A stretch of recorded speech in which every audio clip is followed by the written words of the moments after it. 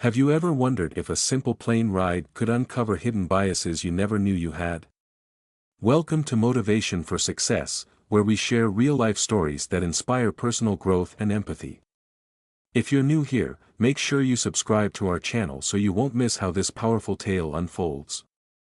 Today's story revolves around a surprising confrontation with none other than Snoop Dogg, and how one moment of prejudice transformed into a lesson about compassion, listening, and the possibility of change.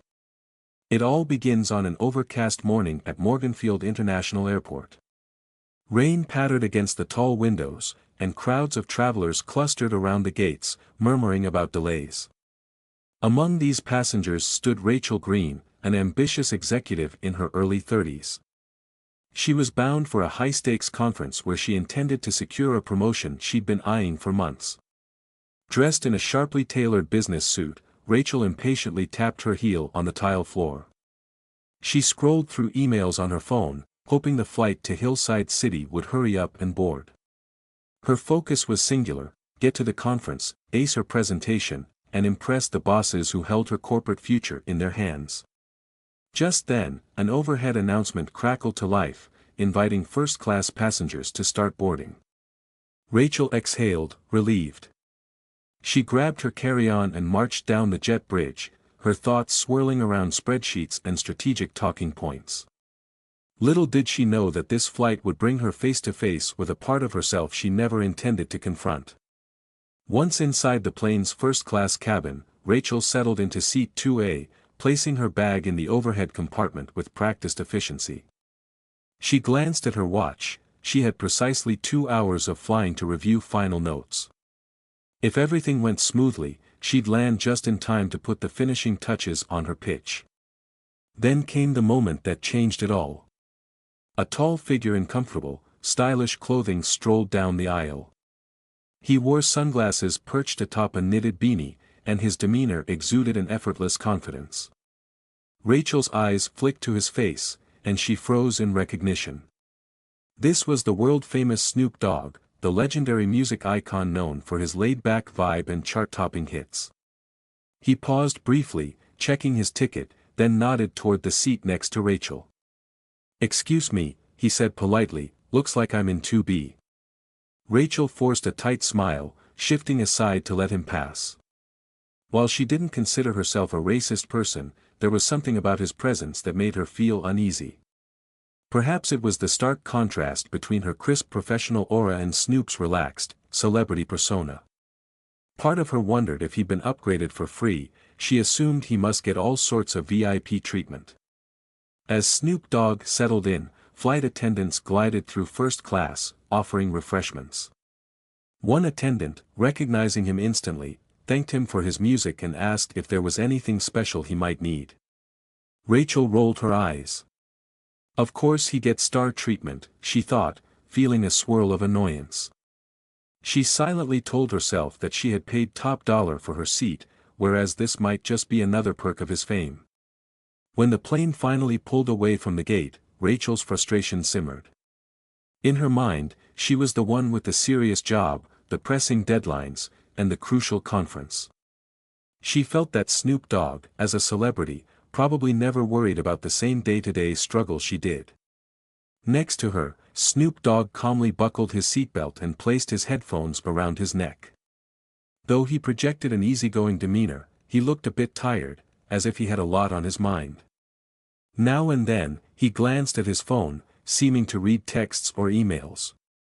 Rachel pretended not to notice, burying her head in her laptop. Yet she couldn't entirely drown out the occasional requests from curious flight attendants or the hushed excited whispers from other passengers who recognized Snoop. It irritated her. She had serious work to do, and all this celebrity fuss felt like an intrusion. Eventually, an attendant came by to offer them lunch choices.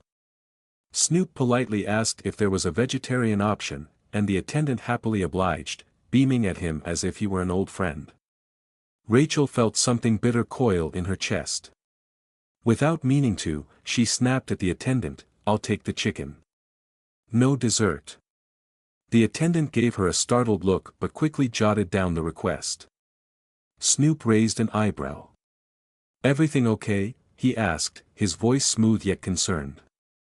Rachel pursed her lips. Fine, she replied tersely, turning back to her screen as if to end the conversation. As the flight reached cruising altitude, the attendants began serving meals. Rachel sipped her water and tried to revise her PowerPoint slides, but she couldn't fully concentrate. The presence of Snoop Dogg just inches away felt both distracting and provocative to her. Why is he even sitting in first class? She wondered. Is this some promotional flight for him? Another freebie? When the attendant arrived with Snoop's vegetarian dish, she also took a moment to thank him for his charitable work, apparently. He'd hosted a recent benefit concert that raised money for an inner-city youth foundation. Rachel rolled her eyes internally.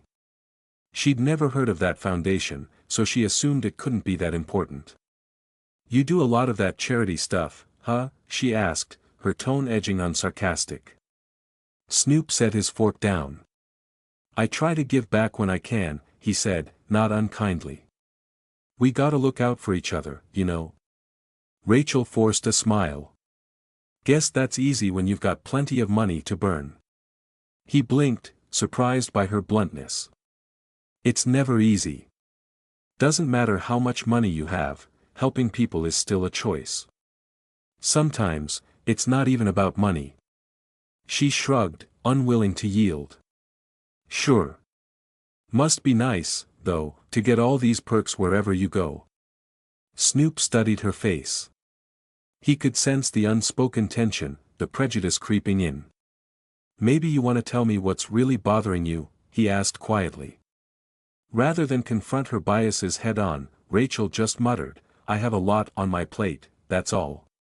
Snoop nodded, letting it go, for now. The rest of the flight passed mostly in silence. Rachel buried herself in her work, though her concentration was often broken by the swirling thoughts about Snoop and her own resentment. The plane landed in Hillside City, and Rachel rushed off without a backward glance. I have zero time for small talk, she thought, especially with a celebrity who's never had to hustle like I do. Outside the airport, she hopped into a rideshare and sped to her downtown hotel, checking in and heading straight to her room. She had an important networking dinner that evening, and every minute counted. She changed into a sleek outfit, then grabbed her phone to check for messages before heading out. That's when a breaking news alert popped up, Snoop Dogg's urgent trip, family medical crisis. The subheadline read, legendary artist spotted traveling to support a critically ill family member. Rachel's eyes widened. She tapped the alert, scanning the story. Sources claimed Snoop was rushing to Hillside City because his younger cousin, a girl about 10 years old, was admitted to a specialized children's hospital for an advanced heart procedure. The article described his cousin as bright, fun-loving, and in dire need of a transplant. With every word, Rachel felt her stomach twist. She had assumed Snoop was on some promotional junket. She'd let her biases color her perception of him as lazy, as someone who glided through life. Now she realized he'd been traveling under tremendous stress, trying to keep calm while racing against the clock. And I basically acted like a jerk, she thought, a lump forming in her throat. That night, at the networking dinner, Rachel's usual confidence felt shaky. As colleagues chattered about sales figures and marketing strategies, her thoughts drifted to the news story. The image of Snoop Dogg wearing a worried expression, ducking into a pediatric hospital, replayed in her mind. She recalled how she'd spoken to him, curt, dismissive, even condescending. She couldn't deny the burning shame. As dinner wrapped up, she excused herself early, claiming she had to finalize some slides. Instead, she went back to her hotel and sat on the edge of the bed, rereading the article. The child's name was Samara, Snoop's cousin who lived in Hillside City because of its renowned children's cardiology center. A doctor's quote mentioned that Samara's best chance was an experimental procedure, partially covered by insurance, but the family was scrambling to cover the rest. Snoop's presence, it seemed, was not about personal fame, he was leveraging his platform to help gather resources for Samara's care. Rachel stared at her phone, scrolling through social media hashtags. She saw a flood of well wishes for Samara, pictures of Snoop leaving the airport, and messages from fans offering support. In that moment, something inside Rachel shifted. I judged him so harshly, she admitted to herself. And I was wrong. The next morning, Rachel rose early. She still had the big presentation, but her mind was somewhere else. She contemplated how to apologize. She didn't know if she'd ever see Snoop Dogg again, or if he'd even want to talk to her. But the uneasy sense that she should do something gnawed at her. After the conference's opening session, she slipped into a quiet hallway and pulled out her phone. She found a local news station's report that mentioned a fundraiser for Samara's hospital bills.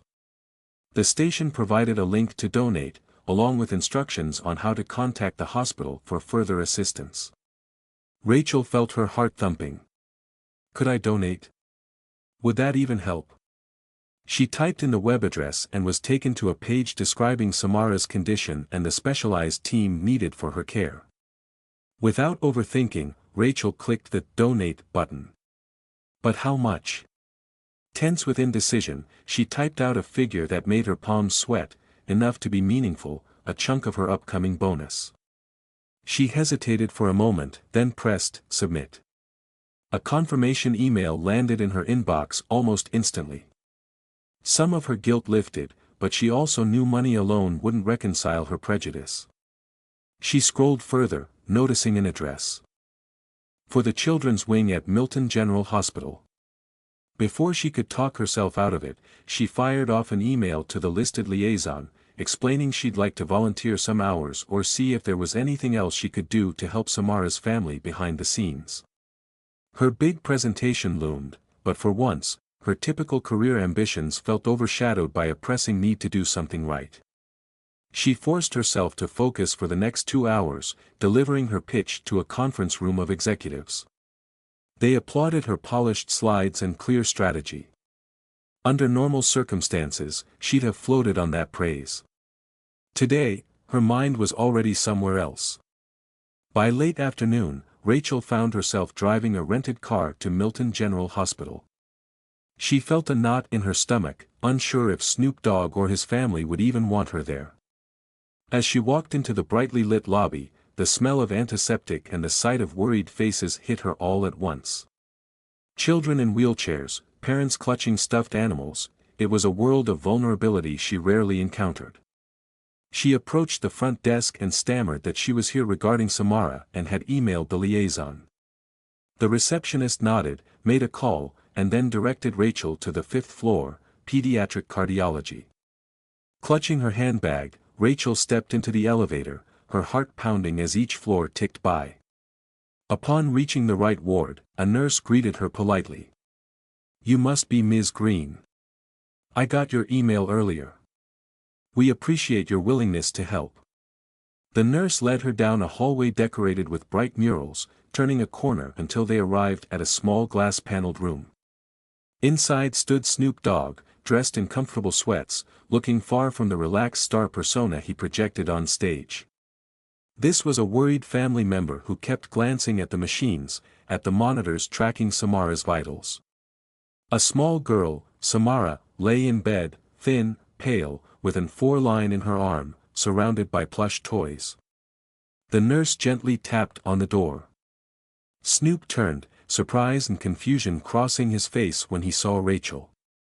Rachel entered tentatively. I'm sorry to intrude," she began. "I saw the story on the news. I'm here to see if there's anything I can do to help." Snoop Dogg studied her, clearly recalling the frosty exchange they'd shared on the plane. His eyes narrowed a fraction. "Didn't expect to see you again," he said quietly. He didn't sound angry, just guarded. Rachel took a deep breath. "I need to apologize," she said, glancing from him to Samara, who was dozing under sedation. "The way I acted on the flight was unfair, and I was rude. You were going through so much, and her voice wavered. "I assumed things about you that were wrong." Snoop exhaled slowly, some tension in his posture easing. He nodded once. We all have bad days, I guess. Rachel's eyes misted over. It was more than a bad day, she said. I judged you. I'm sorry. An uncomfortable silence hung in the air. Then, Snoop ran a hand over his braids. Look, I appreciate you coming all the way here, he said. Samara's fighting for her life right now. We're trying to make sure she gets the best care. If you can help, then that's a blessing. Rachel offered a small, watery smile. I made a donation, but I also emailed the hospital to see if there's any logistical or behind-the-scenes way I can support. I work in finance and planning. Maybe I can help coordinate bills or talk to insurance. Snoop's eyes softened. Yeah, that might help a lot. Dealing with insurance, grants, specialists, my family's juggling so much.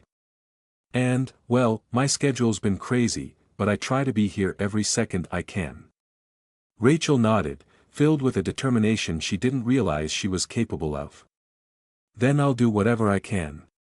Over the next few days, Rachel found herself stepping deeper into Samara's world. She discovered that the little girl's condition was more complex than the news article hinted.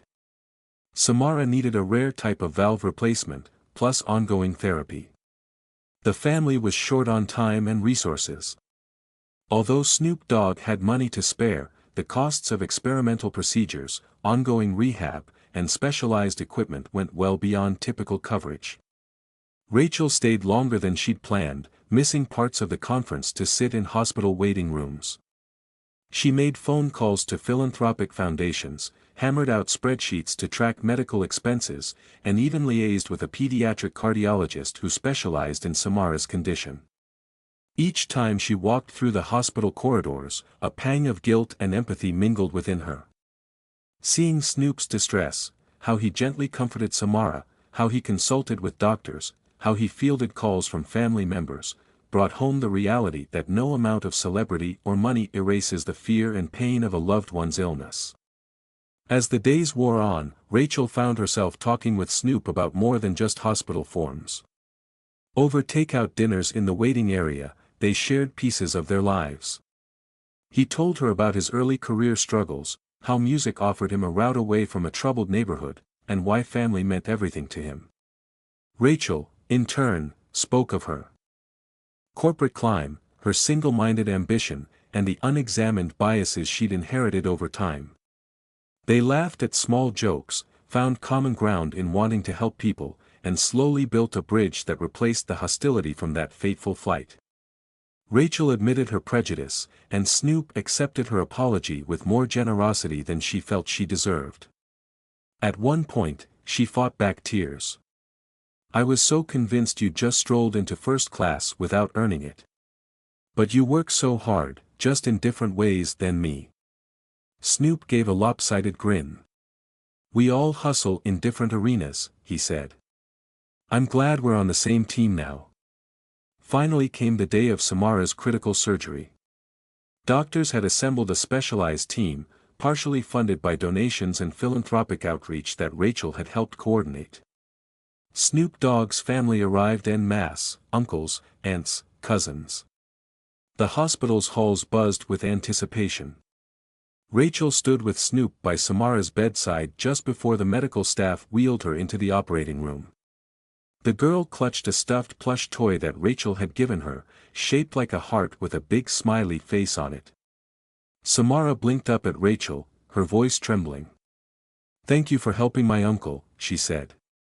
He's been so worried. Touched, Rachel leaned down and squeezed Samara's hand. You've helped me, too, more than you know. Hang in there. As Samara was taken away, Snoop's shoulders shook with silent tears. Rachel gently placed a hand on his arm. Neither spoke, but in that moment, the depth of their shared hope said it all. The surgery lasted hours, an agonizing wait filled with half-finished cups of coffee and quiet prayers. Finally, the head surgeon emerged, looking fatigued but relieved. It went as well as we could have hoped, he announced. Samara's not out of the woods, but this procedure gives her a real chance at recovery. Snoop closed his eyes, exhaling a sigh of gratitude. Rachel felt tears slip down her cheeks. She hadn't realized how deeply she'd come to care for Samara's outcome. In the weeks after the surgery, Rachel divided her time between her corporate life, where her conference pitch had, fortunately, still garnered a positive response, and daily visits to check on Samara's progress. Slowly, Samara regained strength, color returning to her cheeks. One bright afternoon, the family invited Rachel to a small gathering in the hospital's family lounge to celebrate Samara's first big milestone, being able to walk a few steps unassisted. Snoop Dogg beamed like a proud father figure, encouraging Samara as she gingerly maneuvered around the room with a walker. Family members clapped and cheered. Rachel stood off to the side, overcome with emotion. She recalled that first impression of Snoop Dogg in seat 2B, how she'd recoiled at him receiving any special courtesy, how she'd assumed he hadn't earned it. Now, she realized that prejudice had almost robbed her of the chance to be part of Samara's miraculous journey. Eventually, Samara was well enough to leave the hospital, with ongoing therapy scheduled at home. Rachel found herself hugging the girl goodbye, promising to keep in touch. Snoop stepped forward, quiet gratitude on his face. "You've been here for us in a way I never expected," he said. Rachel shrugged, eyes glistening. "I'm the one who should thank you. You taught me that I still had a lot to learn about empathy." They exchanged a warm handshake that felt more like a testament to the bond they had formed, two individuals who started off on opposite sides of a plane's aisle, now united by a common cause. Reflecting on the entire experience, Rachel saw how it had realigned her priorities. She had succeeded at her conference, yes, but more importantly, she had torn down a wall of prejudice within herself. That single flight, that chance to meet Snoop Dogg in a setting of vulnerability and need, had changed her forever. Now, it's your turn to think. Have you ever let snap judgments or stereotypes guide your reactions? Sometimes it takes a moment of crisis, or a chance encounter, to force us to examine those hidden biases. But if a high-strung executive and a laid-back music legend can learn from each other, maybe we all can take a step toward understanding, no matter our differences. Thank you for staying with us until the end of this powerful story. If this journey resonated with you, if it reminded you to look deeper than your first impressions, then we invite you to subscribe to Motivation for Success. We share stories that provoke reflection, challenge assumptions, and celebrate the transformative power of empathy. Remember, kindness can blossom in the unlikeliest places, even in the cramped confines of an airplane cabin. Prejudice might be ingrained, but it isn't unchangeable. The first step toward uprooting it is acknowledging it exists. If this story moved you, consider spreading kindness today. A smile, a helping hand, a moment of genuine curiosity about someone else's life, these small acts can bridge the widest of divides. And who knows? You, too, could end up forging an unexpected friendship that changes your life forever.